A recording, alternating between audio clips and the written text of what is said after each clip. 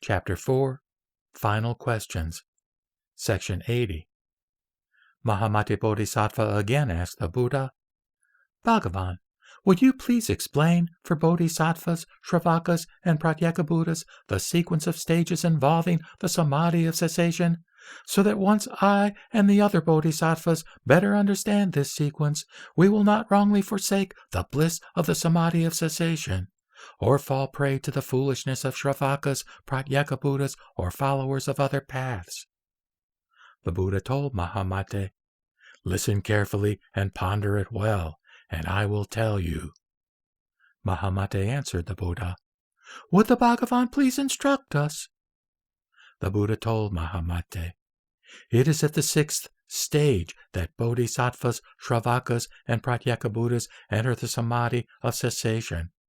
At the 7th stage, Bodhisattvas think thoughts during this Samadhi, but thoughts that are free from any characteristics of self-existence. This is not true of Shravakas or Pratyekabuddhas. Shravakas and Pratyekabuddhas fall prey to their own accomplishments and are aware of a practitioner and a practice during this Samadhi. Therefore, at the 7th stage, they do not think thoughts.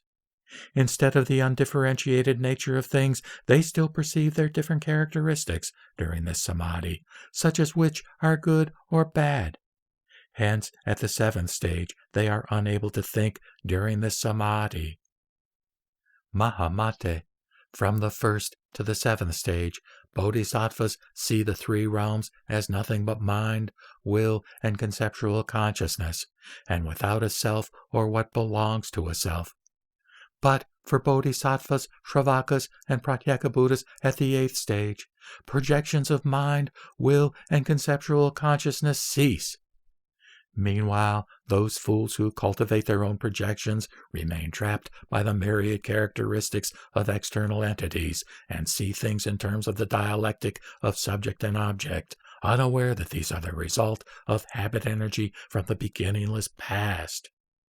Mahamate, at the 8th stage, Bodhisattvas, Shravakas, and Pratyekabuddhas experience nirvana. But because Bodhisattvas are supported by Buddhas during Samadhi, despite the bliss of Samadhi, they do not enter nirvana. Without such support, they would not complete the Tathagata stage, and would give up all that they do for other beings, and would sever their membership in the lineage of Buddhas. Therefore, the Buddhas tell them of the inconceivable and infinite virtues of a Tathagata. Meanwhile, Shravakas and Pratyekabuddhas are seduced by the bliss of Samadhi and create the thought of nirvana. Mahamate, I have distinguished these 7 stages that involve examining characteristics of the mind, the will, and conceptual consciousness, and that involve examining the self and what belongs to a self, and the absence of a self among both persons and things, and that involve examining the individual and shared characteristics of what arises and ceases, and that also involve mastery of the 4 unhindered powers of argument and judgment, Samadhi, the sequence of stages, and the elements of awareness, in order to prevent Bodhisattvas unaware of individual or shared characteristics and unfamiliar with the 7 stages from falling prey to the mistaken doctrines of other paths. This is why I teach a sequence of stages. Mahamate, there is nothing that actually arises or ceases. The sequence of stages and all the phenomena in the 3 realms are nothing but perceptions of one's own mind. But fools are unaware of this, and because they are unaware, I and other Buddhas talk about a sequence of stages and talk about the phenomena of the 3 realms.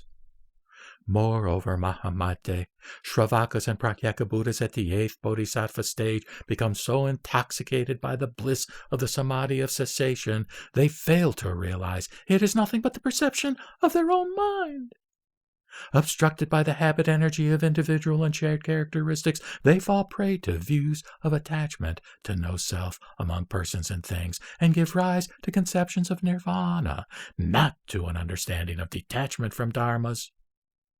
Mahamate, When bodhisattvas experience the bliss of the samadhi of cessation, because of their earlier vows of compassion to complete the 10 inexhaustible deeds, they do not give rise to conceptions of nirvana.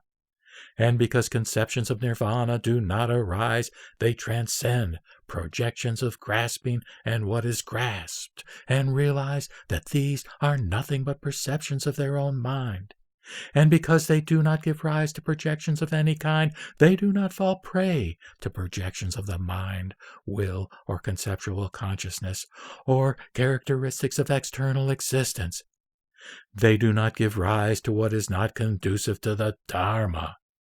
And as their wisdom grows, they reach the Tathagata stage of self-realization.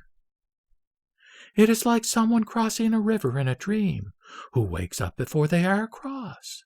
Once they are awake, they wonder if it was real or not. But it was neither real nor not real.